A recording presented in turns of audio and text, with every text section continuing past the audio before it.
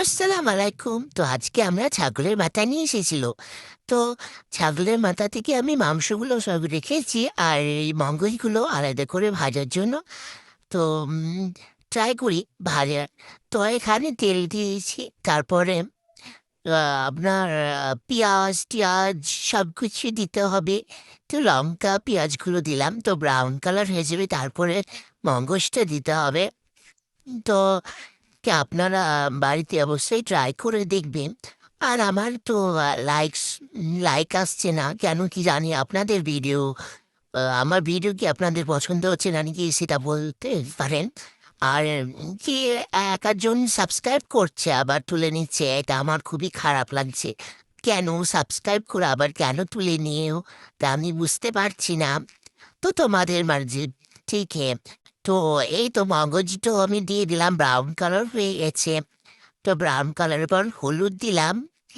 তো মগজের উপরে হলুদটা দিলাম। আমার কথা বা কিছু মনে করো না। তো লবণ, তারপরে একটু লঙ্কা গুঁড়ো, তারপরে একটু জিরে গুঁড়ো, তারপরে সামান্য একটু বাটা মানে পেস্ট করা বাটা দিতে হবে, আদা রসুন পেস্ট করে।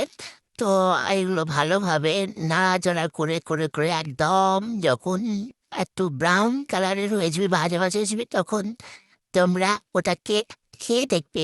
অবশ্যই বাড়িতে একবার ট্রাই করে দেখো, এরকম করে অবশ্যই ভালো লাগবে।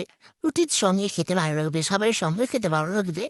তো আমি এত কথা বলি, উম, মনে পড়বে না। তো আমার আমার ভিডিওটা আপনারা লাইক করছেন না, তার জন্য আমি খুবই কষ্ট পাই। ওদিকে একটু গিয়েছিলাম, তো এই তো ভাজা কমপ্লিট হয়ে গেছে। তো ভালোভাবে হয়েছে। আপনারা আমার যদি ভালো লাগে থাকে, যদি আমার ভিডিওটা ভালো লাগছে তোমাদেরকে, তাহলে একটা সাবস্ক্রাইব, লাইক তো অবশ্যই দিতে ভুলবে না। তো ফাইনালি এই তো হয়ে গেছে।